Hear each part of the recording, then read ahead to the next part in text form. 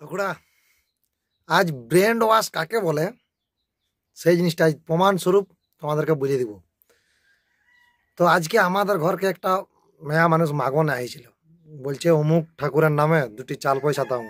তখন আমি আমাদের মাইকে বললি যে 2টি চাল আর 2-5 টাকা আছে তো দিয়ে বিদায় করে দে। ঠিক আছে, চাল পয়সা আদায় করা হইল। এরপরে সেই মহিলাটাই আসল খেলাটা শুরু করল।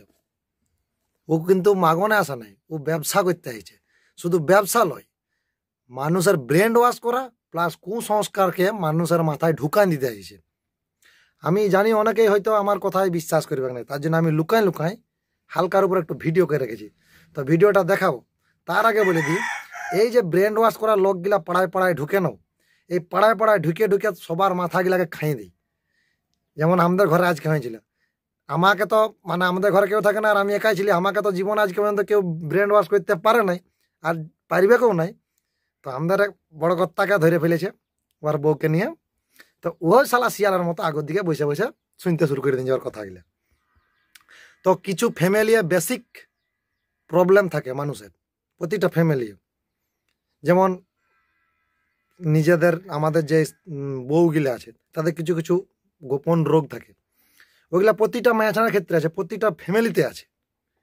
সেই রোগগুলাকে তুলে ধরছে টুকু করে, বলছে বল হচ্ছে কি নাই, উমুকটা তোর হচ্ছে কি নাই, তুসুকটা তোর হচ্ছে কি নাই, হচ্ছে।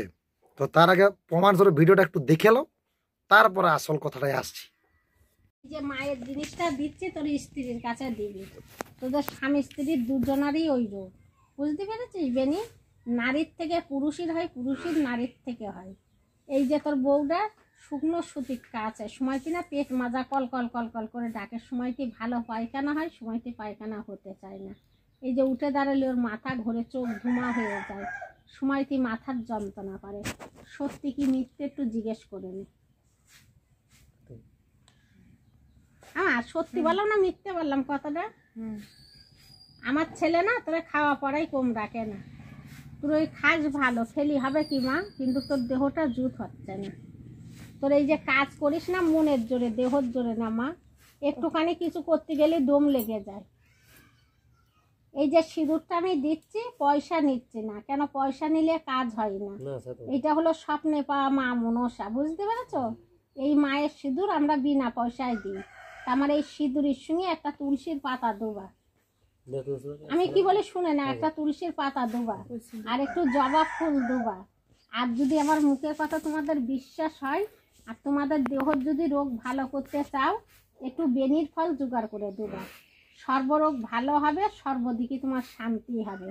এই যে তুমি গতরে খাটো কিন্তু কায়ও করো, চোখই দেখো গাঁটি বাঁধতে গেলে থাকে না, শুধু তোমার গুরু বল আর বৃহস্পতি শয়ে তুমি চলে বেড়াও। কি বললাম বুঝতে পেরেছো? তুমি কিন্তু মানুষের উপকার করো, কিন্তু মানুষ তোমার উপকার করে না। কি বললাম বুঝতে পেরেছো? শুধু গুরু বল আর বৃহস্পতিরা ভালো আছে বলে তুমি টিকে আছো।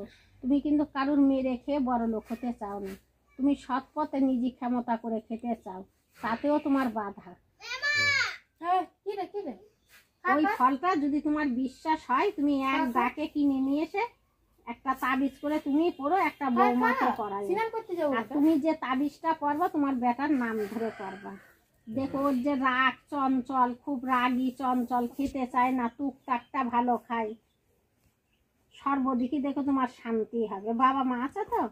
মা নেই বাবা, ঠাকুর বাঁচিয়ে রাখো। চেনো তো সেই বেনির ফল? চেনো তো বাবু? চেনো বেনির ফল? চেনো বাবু? সব শেষে ও আসল ওয়ার পজিশনে চলে এলো। অমুক একটা ফল নিচ্ছে, এই ফলের মাদলি করতে হবে, মাদলি করলে তোর ঘরে সুখ শান্তি হবে। হ্যাঁ রে, মাদলি করলে যদি আমার ঘরে সুখ শান্তি হতো তাহলে তোমার খাটতে যাওয়ার দরকার কি ছিল? সালা 300 টাকা বেতনের জন্য 4 দিকে তাড়াই বলছি আমরা। ঠিক এইভাবে আমাদের ব্রেনগুলাকে ওয়াশ করছে। ছোট ছোট লোক, একটা বাইরে থেকে লোক আসছে, আমাদের ব্রেনগুলাকে ওয়াশ করছে, অমুক জিনিস ঢুকাই দিচ্ছে, তুমুক জিনিস ঢুকাই দিচ্ছে করে ব্রেনগুলাকে আমাদের ওয়াশ করে দিচ্ছে। আর আমাদের যখন ব্রেন ওয়াশ হয়ে যাচ্ছে তখন সেই জিনিসটার প্রতিও বিশ্বাস করছে। কেউ 200 টাকা দিয়ে মাদলি দিচ্ছে, কেউ 300 টাকা দিয়ে মাদলি দিচ্ছে।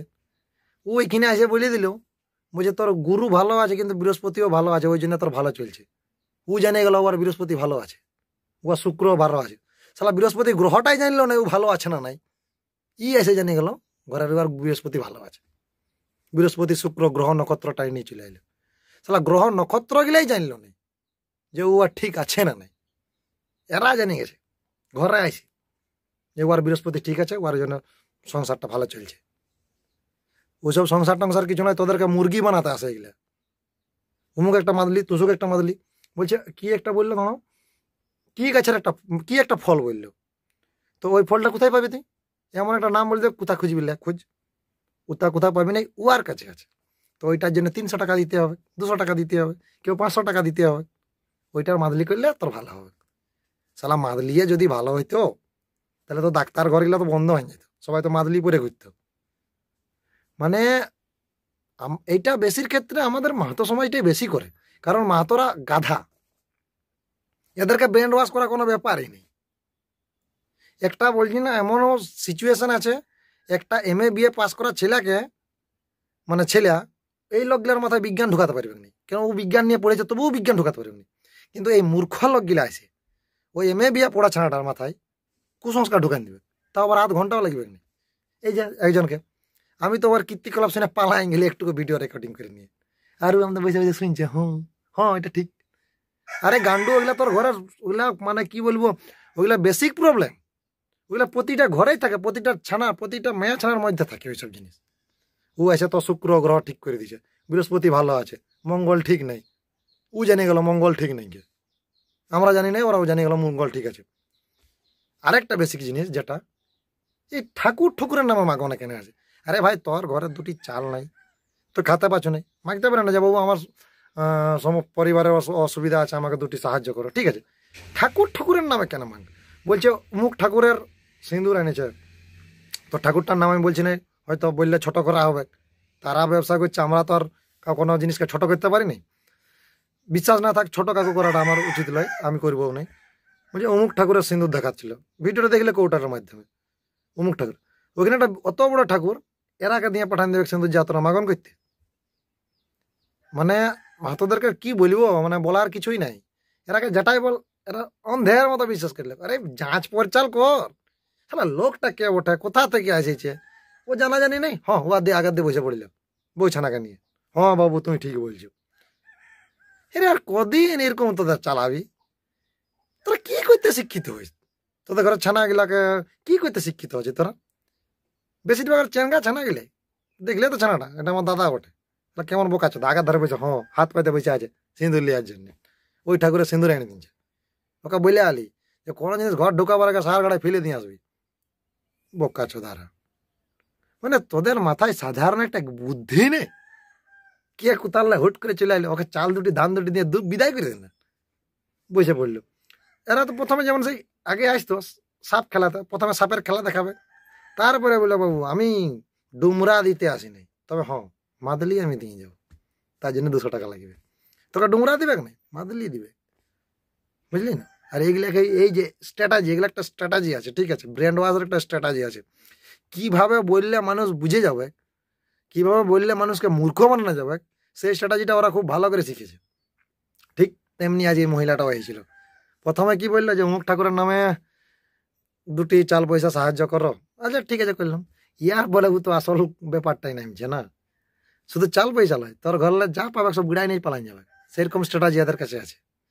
কোনোদিন কাউকে বিশ্বাস করার আগে নাও যাঁচ পড়তাল করে নেবে যে লোকটা সঠিক না বেঠিক, আর নাইলে ওই মূর্খ হয়ে থাকছিলে, ওই মূর্খ হয়ে সারা জীবন থাকতে হবে।